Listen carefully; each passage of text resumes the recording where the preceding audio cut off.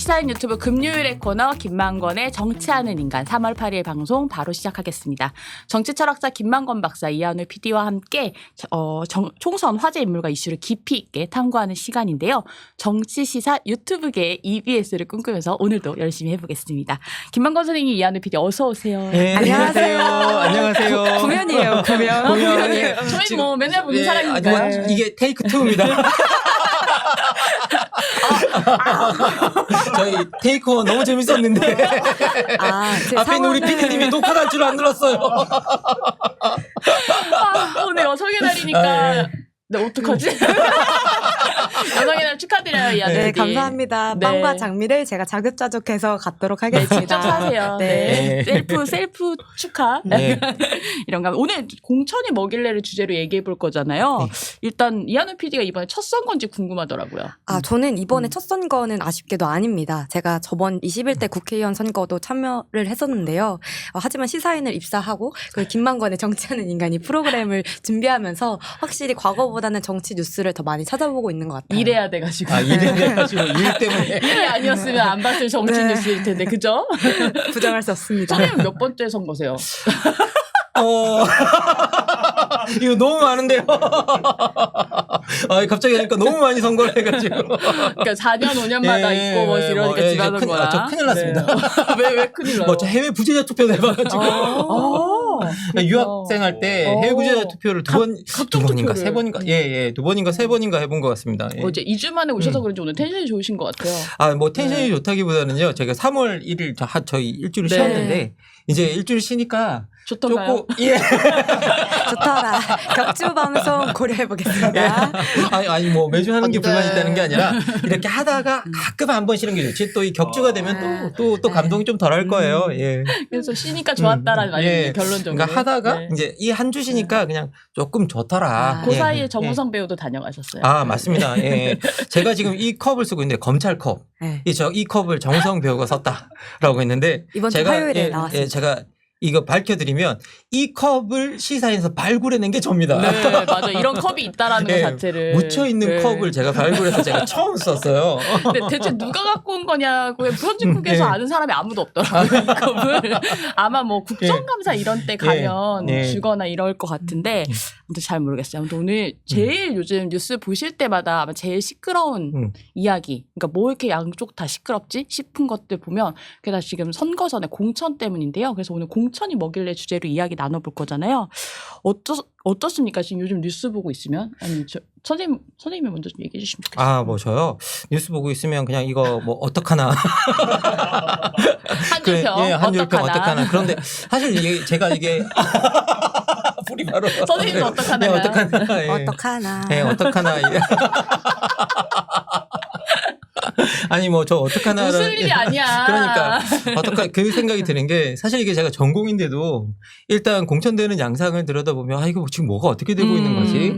이라는 걸 잘 모르겠고, 그리고 이제 뭐 이게 정치학자도 헷갈리게 하는. 그리고 엄청나게 많은 정보들이 쏟아져 나오고 맞아요. 있어서 그리고 이제 이 정보들이 막 엉켜서 쏟아져 나오니까 이게 정말 어느 게 진실이고 어느 게 맞는지에 대해서 우리가 또 저희들은 직업이 학자니까 이게 어떻게 보면 사후 평가를 하는 사람들인데 네네. 이제 지금 당장 쏟아져 나오는 정보 속에서 너무 이게 헷갈리는 정보들이 혼재해 있으니까 이걸 어떻게 정리해야 되나에 대해서 고민이 좀 상당히 많았던 기간이었다. 네. 말씀드릴 이번 수 주에 있을 것 같아요. 특히. 네, 그렇습니다. 특히 뭐 많았죠. 예. 많은데 아무튼 공천 때가 되면 어쨌든 매번 좀 시끄러웠던 것 같기는 하거든요. 공천이 뭐 조용하게 지나갔던 적은 없었던 것 같기는 한데 좀 대체 어떻게 진행되고 있는지 좀 어쨌든 3월 8일 현 상황 정도에서 좀 정리를 해보면 좋을 것 같은데 민주당 좀 먼저 얘기 들어볼까요? 네, 민주당은 친명 횡재, 비명 횡사라는 논란이 일었습니다. 말이 맞고 있네. 네. 제가 막 누르고 싶었어요. 죄송합니다. 친명 횡재, 비명 횡사. 이재명 대표와 사이가 좋으면 공천을 받고 사이가 좋지 않으면 공천을 받지 못한다라고 해서 이제 나온 조어 같은데 그게 실제 그런가요? 네, 실제로 이재명 당대표, 정청래, 장경태 최고위원, 조정식 사무총장 등 민주당의 지도부 23명 중 21명이 대거 단수 공천을 받았습니다. 단수 공천 받았다는 거는 경쟁자 없이. 없이. 네. 네. 반면 비명계 의원들은 줄줄이 탈락을 했는데요. 친문계의 뇌관이라 불리는 임종석 전 대통령 비서실장은 컷오프를 당했고 지난 6일 지역구 경선에서도 비명계 현역 의원들이 친명계 도전자에게 연달아 패배했습니다. 그래서 민주당 공천에서 배제된 의원들은 반발하며 탈당을 선언하기도 했는데요. 사천에 대한 언론과 여론의 시선이 따가운 상황에서 이재명 대표는 환골 탈퇴 과정에서 생기는 약간의 진통이라 생각해주길 바란다며 현재와 같은 공천 의사를 밝혔습니다. 네, 약간의 진통이라고 하면서 네. 가장 많이 이재명 대표도 강조하는 말이 민주당은 시스템 공천을 하고 있다라는 말이거든요. 어떠세요? 진짜로 시스템 공천을 하고 있다라고 정치학자로서 느끼십니까? 뭐 제가 솔직히 말씀드리면 뭐 이게 시스템 공천일까? 일까? 일까? 왜요? 뭐 문제를 좀 제기하고 싶은데요. 이게 이재명 대표가 직접 했던 말을 이제 일단 읽어드리겠습니다. 네. 이 구태의연한 기득권들 그대로 다 은둔시키고 자기 가까운 사람이라고 꽂아 넣는 국민의힘식의 공천 민주당은 하지 않는다. 시스템이 다 갖춰져 있다. 1년 전에 만들어진 당규가 있고 시스템에 따른 평가가 있고 투명한 심사 결과로 좋은 후보들이 골라지고 있다라고 이야기를 했습니다. 네. 자, 근데 여러분께 꼭 당부드리고 싶은 말은 뭐냐면요. 정치학에 시스템 공천이란 말이 없습니다. 정착이 있는 게 뭐예요? 정착에 대체 뭐가 있습니까? 예. 실제로 이제 정치학 옆에 우리 장희로 기자는 정치학과 출신이거든요. 그래서 이제 정치학 공부해서 이제 알고 있을 텐데 몰라요. 학부해갖고 뭘 알아요? 졸업 못했어요. 예. 아니 그런데 여러분 그 생각해 보세요. 어느 나라의 민주적인 정당이 시스템 없이 공천을 하겠어요. 그러니까 말이 안 되는 거예요. 그냥 공천 자체가 시스템으로 공천하는 거예요. 그러니까 시스템 공천이라는 말이 존재하지 않는 말입니다. 그러니까 사실 그냥 예. 공천이 시스템 공천인 건 거죠. 그쵸. 예, 그 예전처럼 말이- 뭐 밀실 공천이 그치. 아닌 이상. 그렇죠. 그러니까 사실 우리나라에서 시스템 공천이란 말은 밀실 공천하지 않는다는 뜻이에요. 그냥 그 반대말 정도로 쓰이는 거고요. 그리고 여러분 혹시 영어에 찾아보시면 노미네이팅 시스템이란 말이 있거든요. 근데 이게 미국 같은 데서 쓰이는 말인데 이건 뭐냐라고 하면 자기들이 선거 후보를 선출하는 방법 같은 걸 말하는 거예요. 사람을 그냥, 뽑는 게 아니라 예. 사람을 뽑는 방법을 말하는 결정하는 겁니다. 거. 그러니까 우리가 뭐 코커서스로 할 거냐, 프라이머리 같은 예비 선거로 할 거냐 이런 걸 정하는 이제 그런 것들을 두고 노미네이팅 시스템이라고 부르고 있는 거고요. 우리처럼 뭐 시스템 공천이라고 했을 때 실제로 이 시스템 뭐 우리가 뭐 룰 뭐 규칙이 있고 현발이 기준이 있고 뭐 이쪽 이러고 있고 뭐 그렇게 이야기를 하는데 그걸 안 할 수가 없는 거죠. 모든 정당 그냥 다 있는 거예요. 정당 시스템. 원래 시스템 공천 해야 된다. 그렇죠. 누가 찍어서 제시켜주자 그런 정당 없단 말이에요. 아무도 그렇게 하지 않는다. 아무도 그렇게 하지 네. 않는다. 예. 그런데 부끄럽게도 우린 그걸 해왔던 거예요. 그동안. 예, 그동안. 그 예전에는. 예, 삼김 뭐 시대 뭐 이런 권위주의 때, 정부. 권위주의 정부 이럴 때 그걸 해왔기 때문에 이제 그걸 하지 않는다라는 뜻에 되게 가깝다라고 그러니까 이제 보시면 될 평가 것 같아요. 기준을 예. 사전에 마련해서 그거에 맞는 후보를 선출한다라고 하는 예. 것이 일단 시스템 예, 공천, 공천이다. 한국식 시스템 시스템 공천의 공천이다. 정의라고 예, 할 수 있을 맞습니다. 것 같아요. 예. 그리고 뭐 이거 하다 보면 또 공천이 또 되게 비정하기 때문에 물갈이 얼마든지 할 수 있습니다. 뭐 이게 뭐 왜 못합니까? 과거에는 지금보다 더한 물갈이도 있었을 거다. 그런데 우리가 지금 민주주의 시대에 공천을 문제 삼는 공천 과정을 문제 삼는 이유는 뭐냐? 누가 되느냐도 중요하지만 그 절차도 되게 중요하다고 네. 생각하기 때문이에요. 생각해보면 여러분들이 우리 민주적 정부에 대해서 비판할 때 결과만 따지지 않잖아요. 과정에 대해서 항상 질문을 하잖아요. 그것과 똑같다라고 보시면 될 것 같고요. 과정이 예. 얼마나 그죠? 투명했느냐. 투명했느냐. 그러면 이 시스템 공천이란 말은 사실은 다른 말로 하면 어떤 뜻이냐. 평가 기준에 대한 사전 합의가 우리한테 있었다. 그리고 그 사전 합의에 따라서 평가 기준의 내용이 정해졌다. 그리고 그 내용이 적용 과정에 보니까 누가 봐도 공정했다. 그리고 그래서 그 결과를 모두에게 공개할 수 있다. 불 이런 거죠. 들어왔어요. 예. 그렇지만 이러한 정의를 들었을 때 각 당이 예. 지금 그러한 시스템 공천을 하고 있는가에 대해서는 예. 네, 한동훈 위원장도 이재명 대표도 모두 자평하고 있어요. 우리는 다 시스템 시스템 공천하고 공천이다. 있다. 상대 당처럼 공천하고 있지 하지 않다. 그런데 지금 그러면 우리가 공천하는 기준을 사전에 사람들끼리 합의했느냐 당내에서 이거 우리가 첫 번째 질문할 수 있고요. 그러면 그 합의된 내용을 가지고 사람들을 뽑았는데 그럼 그 내용과 절차를 다 공개할 수 있느냐 사람들에게. 사실 지금 예. 민주당 공천에서 가장 문제되고 있는 예. 것 중에 하나가 그 세부 내용을 그쵸. 공개하지 않는 네, 거죠. 라는 예. 부분이죠. 예. 그러면 그거 대표만 알고 있으면 어떡해요. 지도부만 알고 있으면 어떡합니까? 사람들이 다 알 수 있어야죠. 예, 그거 뭐 투표하는 당원들이 알 수 있어야 되고. 이 말에 예. 따르면 시스템 공천이라고 하는 건 투명성이 굉장히 담보되어야 한다라고 그쵸. 할 수 있을 것 같아요. 소위 시스템 평가 핵심은 뭐냐? 투명성이에요. 투명성. 그리고 제일 중요한 건 뭐냐? 누가 만약 탈락했다. 누가 입후보를 했다. 그러면 우리가 단수 공천을 했다. 그러면 왜 그랬는지 설명할 수 있어야 되는 거예요. 정확하게 사람들이. 그리고 그 설명이 사람들이 봤을 때 아, 저 설명은 되게 합리적이야. 라고 받아들일 수 있어야만 한다는 거죠. 네, 지금은 시스템 공천으로 당원의 선택으로 그냥 이렇게 됐어라고 하는 게 일단 설명이 약간 좀 끝처럼 보이기는 해요. 뭐 세부적으로 개인들한테는 어떻게 설명되고 있는지 알 수 없으나. 예. 그리고 이제 지금 현재까지는 지금 뭐 민주당 같은 경우에 그런 세부적인 내용이나 평가 항목이나 내용이나 그 절차 과정을 공개적으로 내놓지 못하고 있다. 그런데 이제 하나 예를 들자면 홍영표 의원 같은 경우가 이번에 공천 배제가 됐는데 그러면 어떤 시스템에서 어떤 명분으로 이루어졌는지 아무도 설명을 못하고 있어요. 그리고 안규백 전략공천관리위원장은 기자들이 질문을 회피했다라는 보도가 나오고 있거든요. 그리고 임종석 전 대통령 비서실장 탈락하니까 또 박영훈 전략공천관리위원은 이제 뭐 임 유튜브 실장이 나가서 그렇죠. 임 실장이 나한테 전화했어야 된다는 말을 농담처럼 뱉었다는 거죠. 이런 민감한 기간에 이런 민감한 전화를 기간에. 하면 예. 컷오프 상황이 달라질 수 있었다는 그렇죠. 그런 그러면 그게 말인가요? 시스템 공천이에요? 예, 그런 말이 안 되잖아요. 이거야말로 자기가 뱉은 말이 4천이란 말이에요. 자기가 뱉은 말이. 그렇기 때문에 지금 현재 어떻게 보면 지금 민주당 내부에서 이제 이런 좀 말 맞추기라도 좀 잘했으면 좋겠다라는 생각이 들어요. 예. 이거 좀 그때 이제 이재명 대표가 했던 말인 것 같은데 요런 상황을 사실은 조금 암시하는 말이 한 2년 전쯤에 제가 기억으로는 있었던 것 같은데. 예, 예. 실제로 이제 2021년 11월 20일에 충남 논산 이 화지중앙시장을 방문해서 대선 그쵸. 선거 대선 때죠. 직전이죠. 네. 사실 저는 그때 대선 직전에 왜 이 말을 할까라고 좀 의아해했었는데요. 방문해서 상인들과 인사한 다음에 거기서 이제 갑자기 직선 연설을 네. 했었어요. 그런데 그때 이제 뭐라고 이야기하냐면 지금까지 아무것도 갖지 않은 채 홀단신으로 내가 이제 먼지 털듯이 털리면서 우리 사회 소수 기득권자와 맞서 싸워왔다. 이재명 대표가. 예. 네. 그런데 제가 민주당이라는 큰 그릇 속에 갇혀가는 것 같다.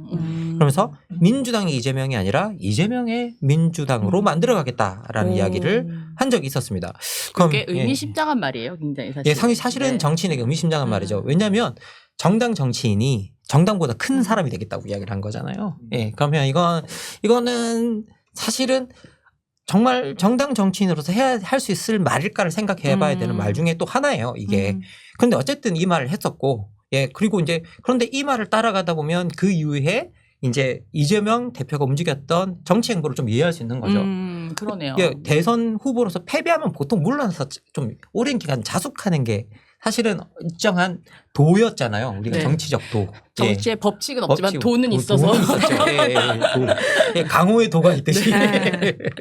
이제 그럼 뭐 이게 정치가 강호라고 한다면 그런 일종의 도였는데 이제 대선 패배 직후에도 보궐선거에서 바로 이제 국회의원으로 등장하고 그리고 전당대회에 바로 나가서 대표가 되고 이런 걸 짚어보면 이재명이 민주당을 만들어 가겠다라고 하는 어떤 그런 것들이 있었던 것 같고요. 그리고 이번 공천 파동도 그 맥락에서 이해를 하면 어느 정도 맥락상 이해는 간다는 거죠. 예. 아니, 그러니까 뭐 당대표가 공천 파동 아니다라고 한다고 해서 공천 파동이 아닌 건 아니잖아요. 어쨌든 그러니까 적극적 지지층, 그러니까 이제 민주당에 굉장히 이제 적극적으로 지지하시는 분들은 이해할 수 있는 일일지 몰라도 사실은 이제 뭐 소극적인 지지층, 중도층 혹은 뭐 이제 무당층 이런 분들이 볼 때는 사실 이걸 설득할 수 있을까? 저는 사실 뭐 이거를 국민의힘 지지자까지 설득해야 되는 것까지는 아닌데 그냥 이 무당층을 설득할 수 있는 공천인가라는 질문이 들긴 하더라고요. 예.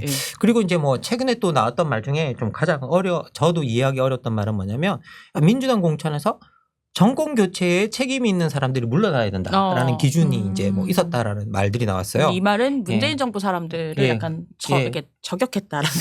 근데 좀 전 안타까운 게 저번 선거에서 대통령 후보로 뛴 게 문재인 전 대통령인가요? 아, 네. 뛴 장본인은 이재명 대표였단 말이죠. 음. 생각해 보면 그러면 이게 후보로 뛴 사람이 자기는 책임이 없다라고 말하는 것과 똑같은 논리가 되어버리거든요. 그래서 이것도 별로 이게 자기 자신한테 좋은 말이 아니다라는 생각이 네네. 들어요. 예. 근데 여태 민주당 얘기를 좀 했으니까 국민의힘으로도 좀 넘어가 보면 좋을 것 같은데 국민의힘 공천 상황 어떻습니까, 이한우 PD? 네, 민주당이 이제 물갈이를 적극적으로 했다면 국민의힘은 고인물이라고 평가를 할 수 있을 것 같은데요. 국민의힘은 네. 영남을 중진으로 한 중진 현역 의원들이 그대로 공천을 받으면서 세대 교체나 체질 개선에 실패를 했습니다. 이한울 피셜. 네, 피셜 고인물 실패. 네, 실패. 저는 그렇게 생각을 했습니다. 이제 많은 지역에서 경선을 했기 때문에 시스템 공천을 했다라는 설명을 했었는데요. 하지만 정치 신인들은 가산점을 받아도 그 지역에 뿌리를 내린 작년의 중진 의원들을 이길 수는 없잖아요. 어려운 일이잖아요. 그래서 여권 주류에 대해서 이렇게 물갈이가 이루어지지 않으면 22대 국회에서도 이 정권의 국정 운영 방식은 비슷하리라 예측이 됩니다. 사실 되게 많은 요즘 저희 유튜브 나오시는 이제 분들이 많이 걱정하시는 것 중에 하나가 사실상 21대 국회에 사람들이 그대로 22대 국회로 가는 거 아니냐. 국민의힘 같은 경우는 이 말인즉슨 용산 출장소라는 그쵸. 이야기가 있었잖아요. 예. 그만큼 이제 윤석열 대통령과 굉장히 이제 수직적인 거의 소속돼 있다시피 사실 그 입법권과 행정권은 분리되어 있는 건데 그런 사람들이 다시 이제 아무 말 하지 못했던 윤석열의 국정 운영 방식에 아무 문제 제기하지 못했던 국회의원들이 그대로 국회로 가는 것에 대한 우려들 요즘 되게 많이 말씀해주고 계시긴 하거든요. 아마 그런 점에서 이제 이대로라면 운영 방식이 비슷할 거다라는 게 지금 이한우 PD 말인 것 같은데. 뭐 근데 지금 사실은 돌이켜 보면 장제원 의원만 억울하게 됐어요. 그러니까요.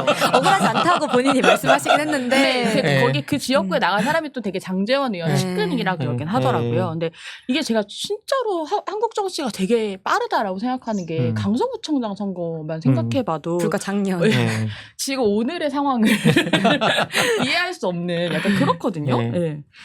어때요? 네, 윤핵관들은? 이제 윤석열 대통령이 뭔가 그 강서구청장 때 지고 그래서 책임론으로 윤핵관들이 좀 물러나야 된다. 그때 그래서 비대위가 그때 생긴 거잖아요. 그쵸. 국민의힘에도. 그때 그런 말이 나왔는데 지금 현재 대통령실 참모 출신과 윤핵관, 친윤 의원 다수는 단수 공천을 받거나 경선을 보장받았습니다. 그래서 이는 대통령의 낮은 지지율에 대한 책임을 지는 자세라고는 볼 수 없을 것 같아요. 막판이 되니까 본심이 드러났다. 그러니까 이런 평가도 좀 있는데 제가 조금 문제적으로 봤던 거는 박근혜 전 대통령 변호인이 도태우 변호사 그리고 유영하 변호사 이런 분들이 공천받는 거였었거든요. 네, 또 그리고 대통령의 특별 사면을 받고 공천을 받은 사례도 있었어요. 네, 서천후 전 국정원 차장 모습이 같은 나오면 경우 이게 웃겨서 웃는 게 아닙니다. 기가 막혀서 이건 사실은 좀 기가 막힌 겁니다. MB 정부 시절 때 경찰을 여론 조작에 동원을 해서 징역 6개월, 집행유예 1년을 선고를 받았는데 지난달 윤 대통령으로부터 특별 사면을 받고 경선을 통과해서 경남 사천 남해 하동 후보로 공천장을 받았습니다. 네. 생각해보세요, 여러분. 경찰을 통해서 여론 조작을 했다고 공식적으로 재판에서 처벌까지 받은 사람이 공당의 여당의 대표 후보로 나오고 있어요. 그리고 그걸 사면하자마자 약속한 듯이 나오고 있는. 그래서 이거 약속 사면이다. 뭐 이런 얘기가 있었었죠. 예. 그리고 더 나아가서 해병대 최상병 사망 사건 은폐 의혹이 있는 임종득 전 국가안보실 2차장, 신범철 전 국방부 차관에게도 공천을 주어서 논란이 일고 있습니다. 그렇죠. 저는 사실 뭐 도태우, 유영하 이런 분들 공천 받는 걸 보면서 윤석열 대통령이 당신이 검사 시절 했던 모든 수사를 사실상 내가 잘못 수사했다라고 자백하는 것인가 약간 이런 생각이 들기도 했는데 좀 어떠셨어요? 국민의힘 공천 보면서. 앞에 코멘트를 잠시 하자면 이제 자기가 자인한다기보다는 내가 개가 천선시켰다고 생각하시는 거 아닌가. 와. 내가 그렇게 구속시켰기 때문에 이제는 기회를 준다 뭐 이건가요? 그러니까 저의 내피셜입니다. 제 내피셜이고요. 그렇게 생각하는 거 아닌가라는 생각이 들 정도로 정말 좀 어이없는 공천이었다라는 생각은 좀 들고요. 그리고 이제 이거 뭐 국민의힘 공천에 대해서 한마디로 평가를 하자면 뭐 그러면 그렇지. 그러면 그렇지. 그러면 그렇지. 아까는 그래도 어떡하지는 기대가 담겨 있는 것 같은데. 아니 뭐 우리 그 민주당 공천도 뭐 저 한마디로 평가라면 이게 시스템 공천인가라고 말하고 싶어요.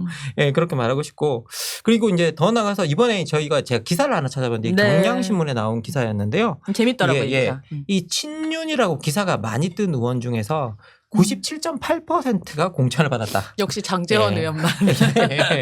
그래서 경향 보도를 이렇게 보면 친윤 키워드가 포함된 보도에 100회 이상 등장한 찐윤 의원이 97.8%가 공천을 받았다라고 네. 이야기를 하고 있고, 그리고 이들 중에 66.7%는 그냥 단수 공천, 그러니까 경선 없이 아예 공천장을 받았다라고 되어 있고요. 실제로 이제 친윤 키워드 포함된 보도 횟수에 따라서 100명, 뭐 50에서 99회, 25에서 49회, 0에서 24회 이렇게 그룹을 4개로 나눴는데 정말 그 보도 횟수에 따라서 공천율이 달라지는 네. 그 일이 실제로 일어났다고 합니다. 그래서 단수 공천율을 이렇게 들여다보니까 100회 이상 언급된 사람은 66.7%, 50에서 99회 언급된 사람은 40%, 와. 그리고 25에서 49회 언급된 사람은 32%, 그리고 24회 밑으로 언급된 사람은 0%. 투명하네요. 예, 투명한 공천이네요. 어떻게 보면. 그러니까 친윤 네. 보도가 많을수록 단수 공천율이 높았다는 거죠. 예. 와. 저는 정말 궁금한 게 예. 국민의힘 vs 민주당 어디가 더 나았다고 보는지 이런 저질스러운 질문 그러니까 이런 아, 거죠. 던져보겠습니다. 우선이 한 명밖에 남지 않을 정도로 물갈이된 민주당, 예. 중진을 그대로 살린 국민의힘, 둘 중에 어디가 낫다. 저를 죽이려고 만든 질문인 것 같은데요. 네. 사실 이게 저희들이 양쪽을 다 비판하면 양비론이라 그래서 네, 사람들이 네. 상당히 싫어하잖아요. 근데 여러분께 제가 묻고 싶어요. 양쪽이 다 잘못했을 경우 그러면 어떻게 해야 돼요? 칭찬해? 예, 예. 누구 그중에 내가 굳이 한 명을 골라야 양비론을 피하기 위해서 한 명을 골라야 되나? 한쪽을 근데 이게 골라야 이게 되나? 예. 선거의 큰 문제잖아요. 사실은 예, 예, 지금 예. 4월 10일에 우리는 가서 예. 최악보다는 골라야 차악을 되는 뽑아야 되는. 그렇죠. 예. 차악 대 차악 아닙니까? 예. 제가 그 정치학자 중에 이관우 박사님이라고 아주 유명한 네. 이제 분이 계신데요. 근데 그분이 쓰신 칼럼에 야, 정권 심판하고 싶었던 사람은 어떡하냐 라고 하는 칼럼을 본 적이 있어요. 그러면 이게 사실은 우리나라 양당 제도에 대한 옵션이 하나밖에 없는 거잖아요. 사실상 지금 뭐 정권을 제3당도 심판하고 있지만. 싶은 정권을 심판하고 싶은 사람들한테는 그러면 그 사람들의 희망을 뺏은 공천이 아니냐라고 이제 그렇게 하는 걸 봤는데요. 아까도 말씀드렸지만 기본적으로 지금 공천이 시스템 공천이다라고 이제 민주당도 말하고 싶으려면 그 기준을 명확하게 공개하고 그리고 사람들에게 이게 이래서 이랬다고 설명하면 돼요. 그냥 결과적으로. 그리고 그것들이 사람들이 받아들일 만한 것인가 아닌가 그 평가를 받으면 되는 평가는 거고요. 국민들이 또 하는 예, 거죠. 예. 예. 그리고 이제 또 이 국민의힘 쪽으로 보면 제가 설명해 드린 사례가 너무 투명하잖아요. 찐윤 예, 불패. 예. 아니 그 사실상 또 김건희 특검법 때문에 여당 그러니까 다 살려줬다. 약간 이런 이야기도 나와서 네. 그래서 이제 저는 선거를 누가 이기는 것과 상관없이 이 두 정당의 공천 과정은 민주적이지 않고 그리고 우리 역사에 반복되어 왔던 어떤 구태적 공천이 그냥 그대로 다시 재현되었다. 예, 그래서 제 개인적 견해로는 누가 이겨도 문재인 공천이다. 이래도 예. 이기는구나. 그렇죠. 이래도 예. 이기는구나. 예. 암담합니다. 여러 가지로 좀 암담한 게 사실 이제 여성과 청년 비율이라고 하는 부분에서 또 이런 측면에서도 보면 안 그래도 우리 국회가 되게 여성 비율이 낮은 편인데 요번에 이제 국민의힘 여성 공천율은 11.7%. 그러니까 지역구 공천 확진자 213명 중에 25명밖에 안 되고요. 민주당 같은 경우도 뭐 상황이 조금 낮습니다. 16.5%. 그러니까 공천 확정자 200명 중에 33명.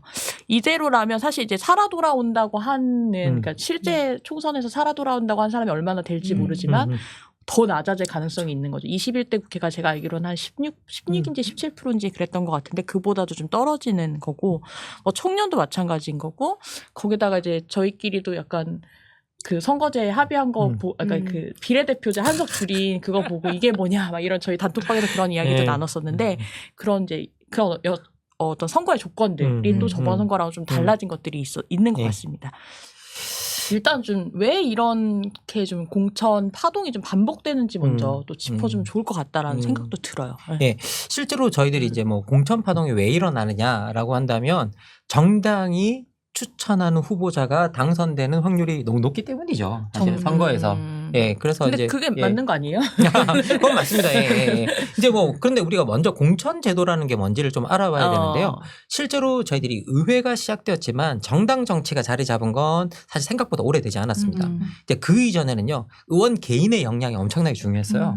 그리고 우리 초기 선거 시기에는 이게 소위 말해 투표권도 일부 계층에게 제한이 되어 있었죠. 일부 계층에게 제한이 되어 있고. 그렇진 그렇죠. 않았지만. 우리는 네네네. 1945년부터 여성들에게 바로 투표권이 간 되게 드문 국가입니다. 맞아요. 예, 여러분 하나 이거 사담인데 스위스에서 여성들이 언제부터 투표할 수 있었는지 여러분 아십니까? 80년대 아니었어요? 71년. 맞아. 되게 늦었던 걸로 알고 있어요. 네, 제가 미국에서 수업을 하고 있었는데요. 스위스 여학생 한 명이 그 71년에 소위 그 자기들이 여성들이 투표하고 하게 된 이후에 할아버지들이 모이면 가장 후회하는 일로 그 일을 꼽았대요. 여성에게 투표권을 주니. 네, 투표권을 주는 거. 여성의 날에 하기 좋은 이야기. 네, 정말 참잡다. 그러니까 네. 이게 사실은 여성들이 정말 고난과 고난을 네. 거듭해서 얻어온 권리예요. 사실 생각해 한국은 보면. 사실 이제 또 예.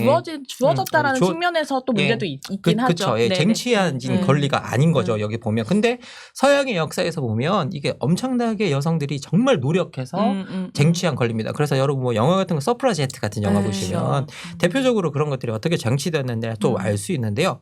그런데 어쨌든 이렇게 초기에는 그랬는데 이게 시기에 후에 우리 정당 정치라는 게 자리 잡히는데 이 정당 정치의 핵심은 인물이 중요한 게 아니라 이제 우리가 투표권이 다 확산되면서 사람들이 누가 누구인지도 잘 모르겠고 맞아. 예, 그러니까 기본적으로 내가 정당을 지지해서 그 후보들을 지지하는 경우가 네. 많이 생겼거든요.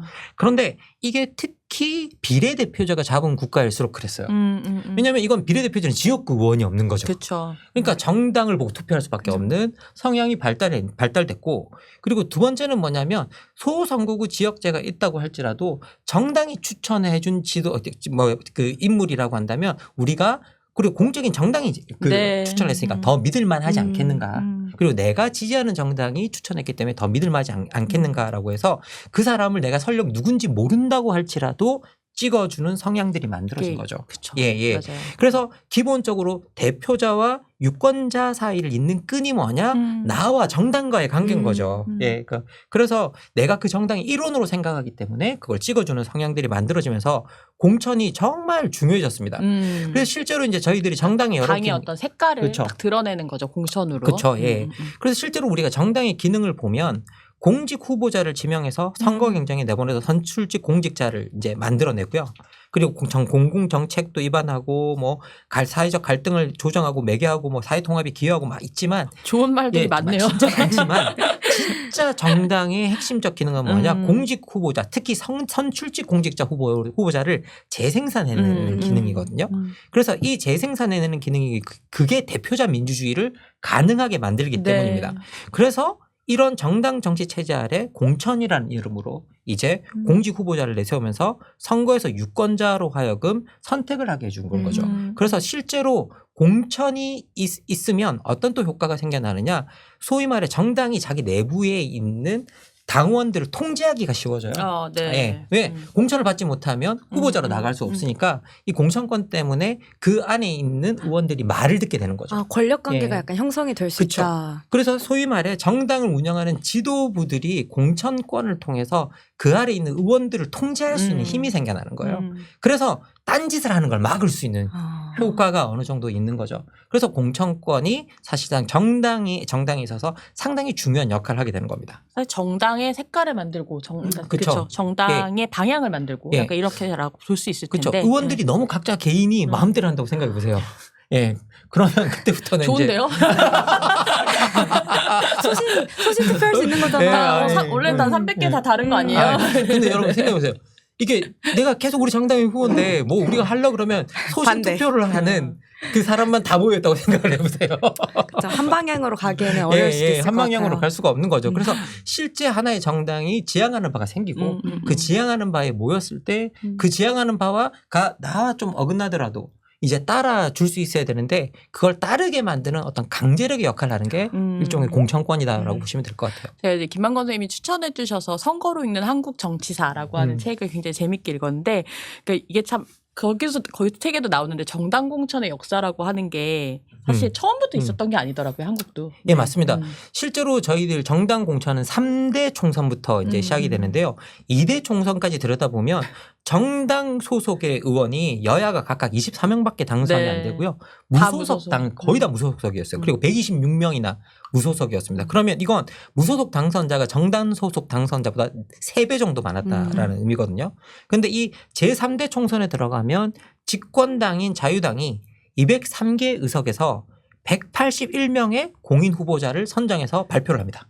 우리 예. 정당이 공인한 그렇죠. 후보다. 이것이 공천인 거죠. 그렇죠. 네. 자, 그러면서 당 차원에서 전폭적인 이제 지지를 해주게 되면서요. 근데 여기에 181명 중에 114명이 당선이 됩니다. 오, 굉장히 높네요. 그리고 무소속 당선자가 126명에서 67명으로 줄어듭니다. 그리고 반대 정당에서 민국당에서도 15명이나 당선이 되거든요. 그러면 이게 이제 정당이 추천한 사람들이 당선되는 확률이 확 올라가 버린 거죠.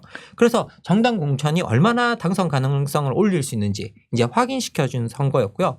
그러다 보니까 정당 공천 제도가 그 이후에 대선, 총선을 거치면서 이제 군소 정당들을 정리하고 그러면서 정당 정치의 기틀을 마련하는 초석이 됐다라는 평이 있습니다. 예, 예. 아니 지금 이렇게 들어보면 굉장히 이 불 켜질 때마다 공천이라는 이 시스템이 내가 원하는 정당의 후보자들을 뽑고 그 예. 정당 후보자들도 자신이 당선될 확률이 높아지는 효율적인 시스템 같은데 대체 왜 이리 이 정당 대표자의 입김이 세게 반영이 되는지. 아 근데 저는 또 한편으로는 정당 대표가 그 정도 입김은 할 수 있는 거 아닌가라는 이야기도 할 수 있을 것 같아요. 예. 예. 기본적으로 우리가 이제 뽑은 거잖아 당원들이 그 대표도. 기본적으로 예, 맞습니다. 근데 이제 문제는 뭐냐면 이게 우리가 정당의 대표자들이 행사할 수 있는 힘의 영향력도 제한이 되어 있어야 되고 그리고 이제 어떻게 보면 그 아래에 있는 당원들이 자신이 생각하는 바를 또 실천할 수 있는 여지도 있어야 되잖아요. 그러면 이것들이 어떻게 그러니까 소위 말해 우리 그 아까 이한울 PD가 밸런스 게임이라고 저한테 질문을 했듯이 그 난감한 질문들을 맞춰가는 과정인 거예요. 민주적 과정이라는 것들 자체가 그렇습니다. 그런데 문제는 뭐냐라고 하면 근데 우리가 정당이 발전해온 역사를 들여다보면 이 정당이 비대해지면서 자꾸 관료화가 돼요.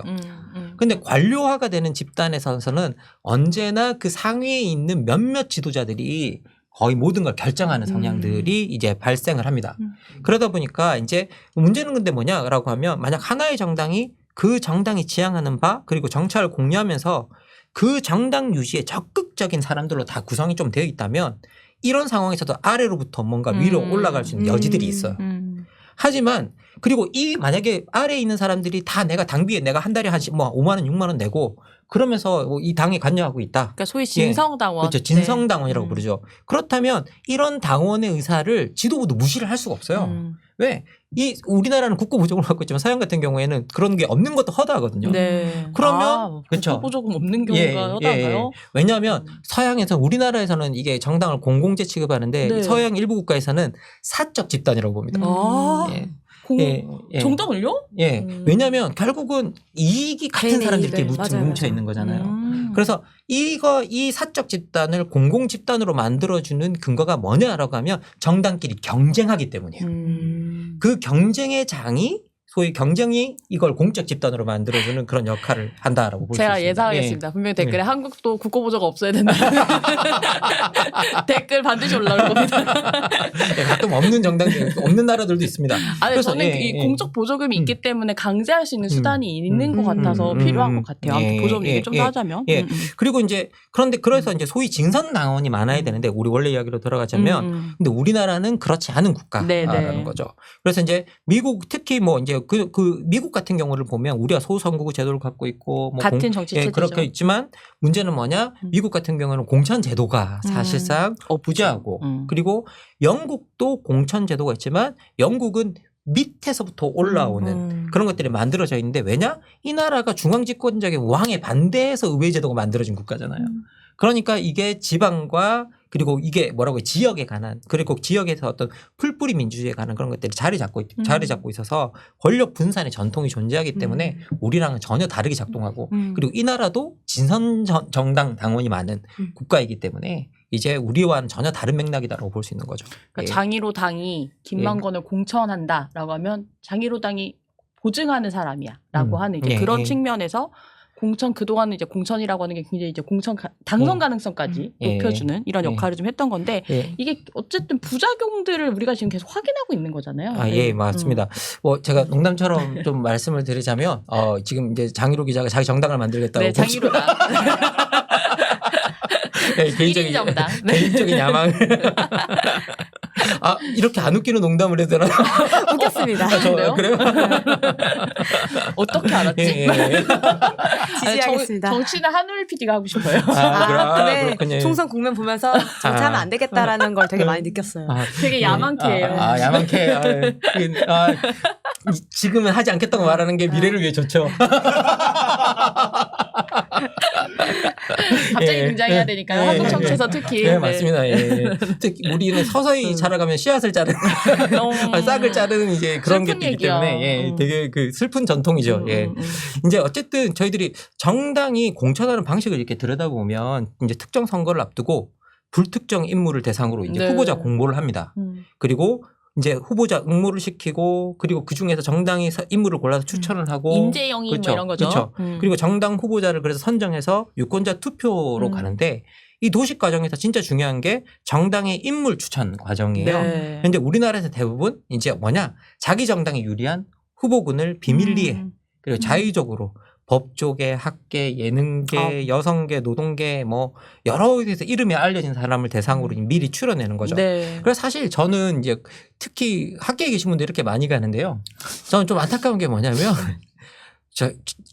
그러시면 안 됩니다. 왜요?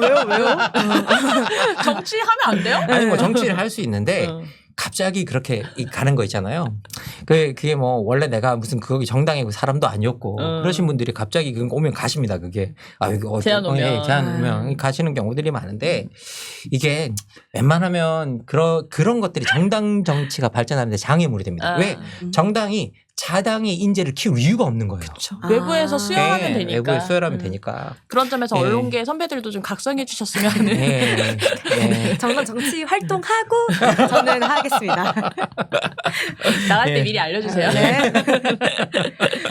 예, 그래서 이제 그러다 보니까 우리가 이런 식으로 갑자기 막 뽑아내다 보니까 이 공천 기준을 예, 어떻게 보면 우리 뭐 불특정 다수를 해서 민주적으로 공천을 한다고 해놓고도 당 계파별로 나눠 먹기 식으로 이제 후보를 결정하는 네. 비민주적인 공천 관행 방식이 어떻게 보면 자행되고 있고요. 그게 관행이다 예. 보니까 우리가 비민주적이라는 생각을 잘 안 하는 것 같은데. 당연하다고 예. 받아들였던 거죠. 그래서 이제 어떻게 보면 이게 사실은 이게 정당 활동도 제대로 해본 적도 없고 정치 경력도 없는데 갑자기 사람을 뽑아서 시키는 거잖아요. 근데 여러분 정치라는 건 끊임없이 타협하고 절차를 밟고 이런 과정 속에 대화하고 하는 그런 것들을 학습한 사람들이 하는 거거든요. 훈련이죠. 예, 이게 정말 훈련이 오래되어 있어야 됩니다. 그런데 이런 게 안 돼 있는 사람들이 들어와서 그냥 바로 시작을 하니까 어떻게 보면 그런 바로 시작해서 문제였던 적이 있다고 생각하시나 보죠? 저는 그래서 대한민국 정치가 인재 영입 인재가 문제다. 아니 뭐 인재 영입 인재가 문제라기보다는 너무해. 그런 훈련이 안 돼 있는 분들이 너무 많다는 거예요. 그리고 기본적으로 우리가 과거에 어릴 때부터 근데 사실은 그래서 이 정당 활동을 많이 해야 되거든요. 그래서 어릴 때부터 대화하고 토론하는 방식. 그러니까 또 서양의 정치인들 뭐 30대 뭐 후보자라고 해도 이분들의 정치 경력 20년씩 되는 거예요. 10대부터 해왔기 때문에. 이번에 프랑스 총리 예. 같은 예. 경우. 네. 마찬가지죠. 38살. 그렇죠. 그렇게 될 수 있어야 되는데 우리는 정치도 늦게 시작하는데 여러분 생각해 보십시오. 모든 학습은 늦게 시작할수록 잘 학습되지 않습니다. 왜 그러세요? 네, 구조학적으로. 네, 늦게 공부할 수도 있죠. 아니 뭐 늦게 공부해서 공부로서의 성취는 있을 수 있겠지만 사람의 태도, 자세 이런 것들은 사실 어릴 때 학습할수록 효과적으로 학습이 되고요. 그래서 그런 것들을 저 어릴 때부터 우리가 자꾸 길러야 되는데 우리는 그걸 정치적이라고 막 욕을 하는 거죠. 예, 그래서 이게 또 누르고 있습니다. 그만해. 아니요. 듣다 보니까 그러면 선생님이 생각했을 때 가장 공정한 공천 방식은 무엇인지 이건 알고 제가 싶었어요. 생각했을 때 가장 공정한 방식이 아니라 기본적으로 저희들이 선거에 대한 이야기를 할 때 기본적으로 모든 선거의 공천은 정당이 반드시 후보자 전원을 경선에 붙이되 미국 방식이에요. 예, 중앙당 공식 방식을 지향하고 각 선거구 지역에 진성 당원들만의 투표로 선출하는 게 원래는 가장 민주적입니다. 이게 왜냐? 우리 당 아닌 사람, 당원이 아닌 사람들이 들어와서 투표하는 건 사실은 좀 이상한 거예요. 국민 경선 그렇죠. 대표적으로. 국민 경선. 네. 근데 우리가 이런 걸 자꾸 했던 이유는 뭐냐라고 하면 너무 자기들끼리 갈려서 너무 폐쇄적으로 구니까 바깥에 있는 사람들이 들어와서 투표를 하면 좀 내부의 변화가 오지 네. 않을까라는 생각이었는데 근데 우리나라는 이것도 좀 이상했던 게 뭐냐면 우리나라는 진성당원 구조도 아니었다는 거예요. 예. 그러니까 어떻게 보면 이게 국민 인기 투표에 가까우면 안 되거든요. 이게 국민 인기 투표에 가장 가까우면. 인기 있는 사람이 예. 국회의원이 되는 거죠. 이렇게 되면. 예, 예. 네. 그래서 국민 인기 투표를 하는 게 아니기 때문에 국회의원 투표는 그래서 이것도 사실은 생각해 볼 여지는 있다. 근데 너무 자기들끼리 폐쇄적으로 굴었기 때문에 이제 그런 것들에 대한 제안들이 들어왔던 거다라고 이제 보시면 될 것 같습니다. 특히 그래서 이제 우리나라는 이 방법도 잘 통할 수 없는 게 아까도 말씀드렸다시피 당원비를 정기적으로 내는 네. 진성당원 구조가 아니기 때문에 이제 중앙에 핵심 인사들이 공천에서 영향력을 행사할 수 있는 여지가 만들어지고 있습니다. 예. 근데 결국은 이제 이 과정을 승복할 네. 수 없었기 때문에 생기는 게 공천 파동이라고도 할 수 있을 것 같은데 좀 역사적으로도 좀 한번 살펴보면 좋을 것 같아요. 예. 이 제가 저 교과서로 배운 진산 파동 예, 맞습니다. 예. 이런 게 있는데 모르죠 이하늘 PD? 네, 전혀 모릅니다. 진산파동? 뭐 이게 사실 진산파동 같은 경우에는 제가 선생님도 모르시나요? 예, 제가 기억하기도 상당히 어렵습니다. 왜냐하면 이게 1970년대예요. 어. 1970년대일 겁니다. 8대 총선이니까. 네네. 예, 그래서 이 8대 총선에서 야당인 신민당에서 발생했던 건데요. 이때 신민당의 당수가 유진산이었습니다. 이름을 따서 그래서 그게 진산 파동. 네. 근데 이게 문제가 뭐였냐면 후보 등록 마감 3분 전에 자신의 지역구인 서울 영등포구 갑구 출마를 포기하고 갑자기 자기를 전국부 그러니까 요즘은 비례대표죠. 네네. 기호 1번으로 등록을 합니다. 엥? 약간 양 땡땡 아니에요? 그래서 이제 영등포 갑은 예. 이때도 좀 뜨거웠군요. 영등포 갑에 혹시 아니요. 예. 그런데 이 소식이 알려지니까 여러분 생각해보세요. 신민당에서 난리가 그쵸. 났겠죠. 당연히 총재가. 예. 그러니까 이제 이게 난리가 나니까 당원들이 다 이제 그 총재 집 앞으로 몰려온 거죠. 그래서 항의를 하고 난리가 난 겁니다. 저는 그러니까, 이 문화도 되게 재밌는 것 같아요. 옛날에는 이렇게 총재 집에 가면 예. 사람들이 그냥 다 드나대면서 밥도 얻어먹고 그랬다 그러더라고요. 예, 실제로 그랬다고 네, 하더라고요. 그게 어떻게 보면 저는 생각해보면 맞는 게 아닌가 열린 집. 생각이 좀 들긴 되는데요. 정치인의 집으로서. 근데 이게 유진산 의원, 그러니까 그 당시에 이제 유진산 대표가 이게 그 항의를 받으면서 옵션을 3가지를 줘요. 내가 정계 은퇴를 하든지 당수직을 사퇴하든지 전국구 후배를 사퇴하겠다라고 이야기를 해서 사람들을 돌려보내고 난 다음에 문제는 뭐냐 일본으로 도망가 버려요. 뭐야. 진짜 이상한 사람이다. 뭐야 진짜. 왜 한국 역사 왜 이래요? 부끄러워. 예, 그러니까 이제 이게 막 신민당에서 내분이 일어나서 난리가 난 거죠. 그러니까 이게 이제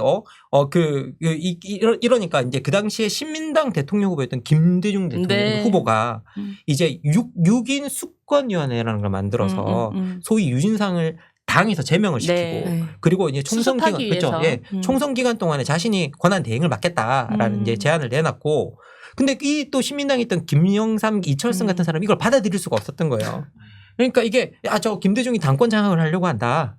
그러니까 당원에 따라서 운영위원회 부위원장에게 당수 권한대행을 넘기자. 이제 이렇게 해서 합의를 보고 이러니까 난리가 나서 이제 이 충돌이 일어나니까 이게 결과적으로는 공천이라고 하는 게 진짜 이분들한테는 목숨 이런 그쵸. 느낌이 드네요. 예.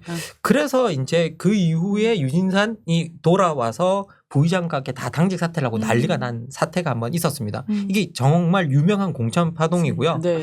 그래서 이제 교과서에 들여다보면 저희들이 이 진산파동 같은 경우에는 정말 일본 타자처럼 맞아요. 등장하는 네. 정말 이게 뭐냐면 여러분 생각해보세요. 정말 어이가 없잖아요. 이게 당대표가 3분 전에 자기를 자신의 이익을 위해서. 그러니까 뭐 저 이익을 위해서 할 수 있다고 생각하는데 그냥 이 어떤 그 방식 자체 절차가 방식, 방식이 이런 것들이 이상하죠. 근데 그냥 어쨌든 또 공천 파동하면 가장 또 많이 생각나는 게 친박계 공천 학살이라는 얘기까지 나왔을 정도로 2008년이었죠. 그렇죠. 2008년이었습니다. 이때는 18대 총선이었는데요. 여러분 뭐 다 기억하시겠지만 이때 이제 기억 못하는데요. 아니 해요. 이명박 하늘 PD가 못할 것 하늘 같아요. PD가 맞아요. 이명박 대통령 제가 이제 말하는 오투가 다 이제 저희 연령대에 맞춰져 있는 예, 죄송합니다. 왜요? 이제 네. 이명박 대통령이 이제 취임 이후에 그쵸. 이제 당권까지 거머쥔 친이계가 이제 당내 이제 대선 경선의 경쟁자였던 박근혜 의원 측근들을 이제 공천에서 대거 배제한 사건이었습니다. 그래서 이제 친박연대라고 하는 것이 중요합니다. 이때 좀 안타까운 게 뭐냐면 나가셔서 좀 다른 이름으로 만드셨으면 어땠을까? 친박연대가 아니라. 그래서 저는 이게 우리는 옛날에도 그랬지만 이게 대놓고 난 누구랑 친해 정치가 시작한 이 출발점이 여기가 아니었나라는 그쵸. 이제 그게 좀 있어서 좀 아쉬운 부분이 있고요. 어쨌든 친박계가 이제 공천 확산이 있었다라고 이제 주장했던 28대 선거가 근데 문제는 뭐냐? 한나라당이 역대급 압승을 이제 선거로 이제 승리한 선거로 기록이 되어 있고요.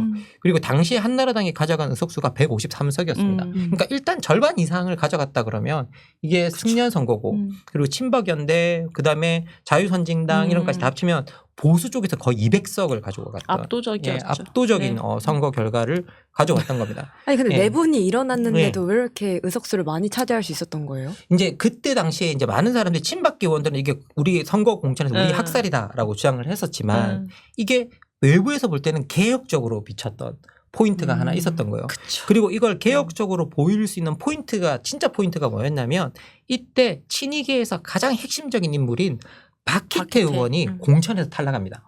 이때 당시에 이 박희태 의원이 5선이었거든요. 그리고 6선이 되면 이제 다음 선거에 되면 이 사람 국회의장 한다. 6선이면 국회의장 하죠. 6선인데. 국회의장이 된다라고 했는데 이분이 공천에서 탈락이 돼요. 그러니까 자기 팔을 자른 공천인 거죠. 그렇죠. 그러니까 이만큼 혁신 나도 개혁. 희생한다. 우리도 그렇죠. 이른바 너네가 주류라고 말하는 곳에서도 희생을 한다라고 하는 거고 사실 이번에 민주당 공천에서 보이지 않은 부분이 그 부분이긴 하죠. 얘기는 되게 많이 나왔었죠. 그리고 이제 이때 더 중요한 포인트가 하나 있는데 박희태 의장이 선거 대책위원장으로 가요. 그때. 잘리고도 공천을 잘리고도 선대위원장을 맡았다. 그쵸. 이 선거를 총괄하는 이것이 약간 또 이제 봉합되는 그림을 그렇죠. 만든 봉합되는 거죠. 그림을 만든 거죠. 그래서 기본적으로 외부에서 볼 때는 저기서도 제일 핵심 인물이 날아가고 저기 안 그래서 거기 탈락해서 상심이 클 텐데 선거 대책위원장까지 하는 거 봐라. 이제 이런 바깥에서의 시선을 어떻게 보면 달리 보게 만들 수 있는 포인트가 하나 있었다라는 거죠. 근데 이게 지금 있는가 우리가 물어볼 수 있는 거죠. 제가 기억하기로도 뭐 지금 공천 다 확정됐습니다만 이른바 이제 지도부 중에 다선 의원들은 이번에는 공천 못 받아야 되는 거 아니냐. 이것도 사실 이것도 시스템 공천인가 그렇게 생각하면 그러니까 뭐 이것도 일종의 좀 자의적인 거긴 한데 이제 그런 이야기도 있었습니다만 결국은 이제 얼마나 주류가 희생하느냐에 대한 것에서 사람들의 반발이 줄어든다라고 하는 것도 또 하나의 좀 포인트라는 생각이 들고요. 2019년에 뭐 민주통합당 공천 파동이나 이제 20대 총선에 이제 뭐 옥새 들고 옥새 나르샤 아니라고 지금 밝혀졌습니다만 아무튼 그런 일들도 좀 옥새는 있고. 그대로 있었습니다. 강사에 그냥 본인이 가신 거죠. 본인이 가신 거죠. 대표가 찍어야 되는데 찍는 사람이 없으니까 문제가 생긴 거죠. 그러니까 좀 이런 역사를 보면 계속해서 있었다라고 할 수 있을 텐데 민주적인 공천이라고 한다면 이미 뭐 이제 거의 다 공천 양당 과정이 좀 끝나긴 했습니다만 좀 존재할 수 있긴 한 건지 다른 나라는 좀 어떤지 좀 이 부분도 궁금해요. 뭐 저희들이 이제 가장 계속 제가 이제 여기서 소개해 드리는 사례들이 미국이 많은데 그 이유는 뭐냐라고 하면 미국이 대통령제의 소선거구제를 가지고 있는 나라라 이제 우리가 그 시스템이 너무 비슷해서 가장 비슷한 유사한 국가라 이제 소개를 드리는 건데요. 근데 현재 미국에는 공천권이 없습니다. 사실상 이제 예비 선거 제도라 그래서 누구나 후보로 나서서 내부 경쟁에서 이기면 됩니다. 정당이 이건 해줄 수 있어요. 왜냐 이 지역에서 우리가 제일 선호하는 사람은 이 사람이야 라고 말해줄 수 있습니다. 하지만 그 사람에 맞서서 다른 사람이 그 예비 선거에 나와서 이기면 끝인 거예요. 그렇죠. 이기면 끝인 겁니다. 그래서 기본적으로 정당이 뭐 아주 영향력을 행사하지 못한다는 아니지만 언제든지 경선 자체가 열려 있고 누구나 후보로 등록할 수 있고 싸워서 이기면 되는 제도라 사실상 공천권이 없는 거나 다름이 없는 곳이죠. 근데 또 한편으로는 비용이 되게 많이 드는 방식이기도 해요. 비용이 정말 많이 듭니다. 개개인이 이제 어떻게 보면 거기에 대한 당원들이 수많은 사람에 대한 정보를 모아야 되는 것들부터 시작해서 여러 가지가 있는데 근데 문제는 뭐냐라고 하면 이 룰들이 주법으로 다 통제가 돼요. 어쨌든 미국 같은 경우에는 또 뭐 우리가 프라이머리를 할 거야, 뭐 코커서스를 할 거야, 뭐 이런 것들이 다 주법으로 통제가 되고 있고 그리고 중앙당이 이걸 일일이 다 또 영향력을 행사하기 어려운 게 뭐냐라고 하면 선거법 자체가 미국은 주법입니다. 아. 예, 그래서 미국은 연방법이 아니라. 연방법이 네. 아닙니다. 둘 다. 예, 그리고 심지어 여러분 대통령 선거 그러면 대통령이니까 그래도 국가의 대통령을 뽑는 거니까 이게 연방법이 아닐까 생각하는데 아닙니다. 주법입니다. 아, 대통령 뽑는 것도 주법이다. 예, 주법입니다. 예, 주법이고요. 그리고 더 나가서 주마다 선거 방식도 다르고 선거자 후보 등록하는 방식도 다르고 그리고 소위 말해 유권자 등록 방식도 다 다릅니다. 미국은 예, 이사하기 예. 되게 힘들겠네요. 예. 그래서 생각 여러분 잘하고 가야 돼. 여러분 그래서 미국은 막 그 선거 같은 거 할 때 이렇게 캠페인하면서 후보자 뽑는다 돌잖아요. 그러면 여러분 주마다 선거법이 다 다르죠. 막 선거 네. 방식이 다 다르고 그런 게 자기들의 자치주의 그 권한을 정말 많이 인정하기 때문인 거예요. 그래서 미국 같은 경우에는 어떻게든 전통적으로 연방보다 주가 어느 정도 힘을 가지고 있는 부분이 명백하게 있어서 중앙이 영향력을 행사하기가 상당히 어렵다. 그런데 이제 이 덕분에 미국의 의원들은 몇 가지 장점을 띠게 됩니다. 왜? 첫 번째 어쨌든 내가 나가서 선거에서 우리 당원들이 지지를 받아서 한 번 이긴 거죠. 그리고 후보자로 나가서 지역에서 선거 승리를 하게 됩니다. 그러니까 한국의 경선 제도가 사실은 그쵸? 비슷한 거죠. 비슷한 겁니다. 그래서 두 번의 승리를 자기 스스로 쟁취해내는 거죠. 그런데 이게 그렇게 그 승리를 쟁취해낸 사람들은 이제 정당 그 중앙에 이제 하원 의원으로 간다, 뭐 상원 의원으로 간다. 그러면 그때 중앙에서 뭔가 말을 하더라도 야 선거할 때 거의 다 내 힘으로 이긴 건데? 라고 해서 소신을 그쵸. 지켜서 자기 네. 소신을 발휘할 수 있는 여지들이 네. 생겨나요. 예, 예. 그리고 영국 같은 경우는 이게 중앙당에서 큰 규칙만 정해주지 지구당에서 자율적으로 이제 그 뽑아주는 제도입니다. 핵심은 예. 지방 자치와 그거. 자율이네요. 그렇죠. 두 나라 예, 다. 자율입니다. 근데 이제 영국 같은 경우에도 중앙에서 이렇게 몇 명을 이렇게 야, 이 당에서 야, 이 사람들이 좋은 후보군 같아라고 해서 큰 후보군을 주면 지역에서 후보자 선정위원회에서 또 몇 명을 고릅니다. 그리고 그 사람들을 당원대에서 당원들이 투표해서 선출하는 방식을 취하고 있어요. 그래서 어떻게 보면 지구당의 자율성이 상당히 높다라고 네. 이제 그렇게 볼 수 있고요. 그리고 이제 이게 그 하원 의원들 말고 지역 의원들 같은 것으로 들어가 버린다. 그러면 진짜 자율성이 훨씬 더 강하다라고도 볼 수 있습니다. 그리고 이제 독일 같은 경우에는 아예 상향식 공천이 선거법으로 정해져 있습니다. 그 공천을 위에서 내려서 찍어서 할 수 없는 구조입니다. 아예 선거법 구조 자체가. 예, 선거법 자체가. 그래서 그리고 더 중요한 건 뭐냐면 선거법을 들여다보면 야, 이 선거가 밑에서 이렇게 해서 올린 선거라는 걸 증언을 해줄 사람이 두 사람 정도가 선서를 해야 되는 그런 것들이 있고요. 이 과정을 거치지 않으면 선거관리위원회가 그 정당의 후보자를 승인하지 않을 수 있습니다. 그래서 이제 어떻게 보면 우리랑 아주 다른 시스템을 갖고 있다고 볼 수 있는 거죠. 예. 근데 우리나라는 진짜 이런 공천 관련 규제가 전혀 없는 건가요? 이런 룰 같은 것도? 예, 실제로 이제 우리나라 이렇게 정당법에 들여다보면 그 공직 선거 후보자 선출에 관한 사항이 있거든요. 이거 당헌의 규정 사항으로 그냥 되어 있습니다. 아, 예, 이것도 그렇게 치면 예. 자율이 높은 거라고 할 수 있지 않나요? 자율이 너무 높아서 하향식, 상향식 다 할 수 있는 거죠. 아. 예. 그래서 이게 우리 마음대로 그러니까 이건 더 나가서 당원 당규로 규정한다고 되어 사실 이게 규제를 많이 하는 게 좋으냐? 네. 이건 논쟁이 될 수 있어요. 하지만 이건 너무 마음대로 할 수 있게 되어 있는 그런 구조죠. 자임의적으로. 예. 그리고 더 중요한 건 뭐냐면 우리의 역사에서 위에서 내려꽂는 공천이 너무 많았다는 거예요. 그러면 위에서 내려꽂는 공천을 제한할 수 있는 규정은 만들 수 있다라는 거죠.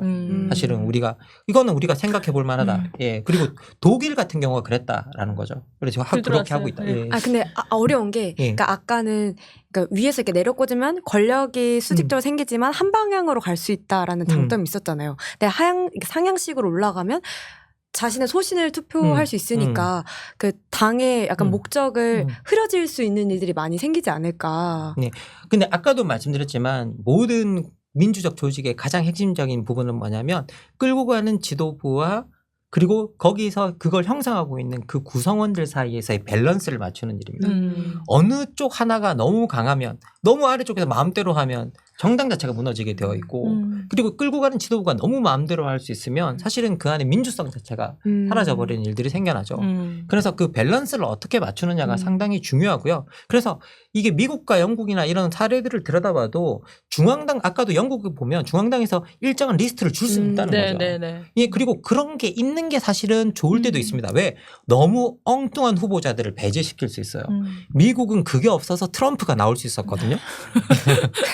그래서 심지어 공화당으로. 예, 말도 안 되게. 왜냐하면 트럼프가 사실 그때 선거에 처음 나왔을 때 17명 후보자 중에 17등으로 출발했습니다. 맞아요. 예, 그렇기 때문에 그 내부에서 어쨌든 이겨서 그렇게 돼버린 거거든요. 근데 미국도 1970년대 이전에는 그 내부에서 지도부가 그런 후보들을 통제할 수 있었습니다. 공천을 통해서. 근데 그게 사라져서 이런 사람들이 나올 수 있었던 거거든요. 그래서 공천권이 아예 없다. 이게 정말 좋은 거냐라고 했을 때 또 그것만은 아니다. 네. 이게 장단점이 있는데 우리가 그중에 단점만 너무 활용하고 있다라는 거죠. 지금 현재. 예. 아, 들을수록 어렵고 답답하다. 밸런스를 맞춰가는 게 너무 어렵다. 밸런스 게임이 너무 어렵다. 근데 선거날이 되면 뭔가 하나를 선택해야 된다라는 것이 너무 괴롭다. 예. 이 생각이 계속 좀 깊어지는데요. 정치시사 유튜브계의 EBS 김만권의 정치하는 인간. 자, 오늘 방송 좀 여기까지 살펴볼 텐데 마지막 총정리 멘트 한번 해주시죠. 우리가 오늘 이거는 꼭 기억해야 된다. 네. 제가 여러분한테 꼭 말씀드리고 싶은 건 뭐냐면 양 정당이 다 지금 어떤 용어를 쓰고 있느냐. 우리는 시스템 공천을 하고 있다라고 이야기합니다. 그런데 시스템 공천이란 말은 없다. 만약에 시스템 공천이라는 게 정말 일반화된 거라면 그게 웃긴 말이다. 왜? 어떤 민주적인 정당도 체계와 절차 없이 후보를 낼 수는 없다라는 거죠. 말이 안 된다는 거죠. 그래서 기본적으로 우리가 시스템 공천이라는 걸 때 만약에 우리 있다고 한다면 또 그걸 진짜로 우리가 허용한다면 그건 어떤 거냐?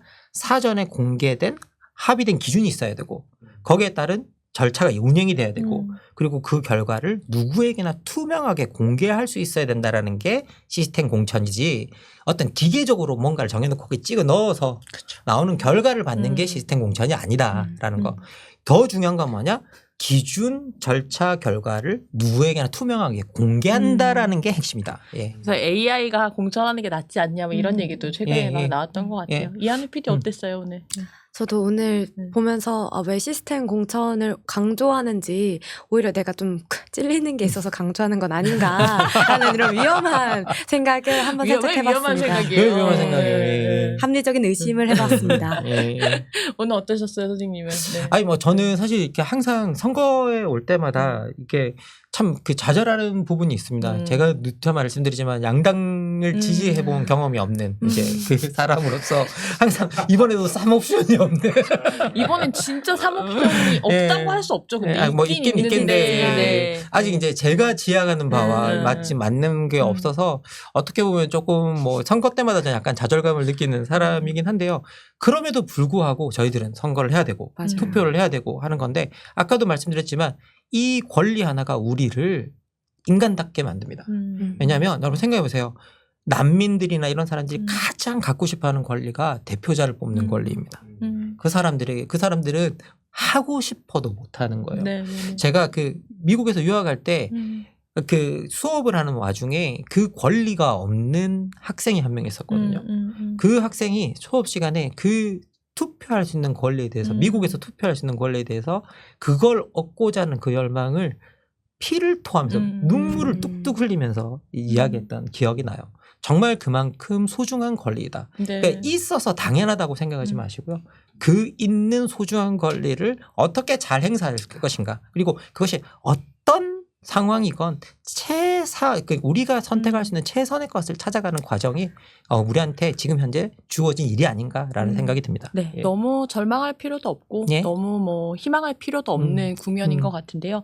또 국회의원이 뭐 우리가 흔히 하는 말로 4년에 한 번 국회의원을 맞습니다. 뽑는 거고 4년에 한 번만 심판할 수 있다고 하지만 그러지 않고 일상적으로 정치할 수 있는 방법들에 대해서도 우리가 유권자로서 시민으로서 더 많이 고민해야 되는 시기인 것 같아요.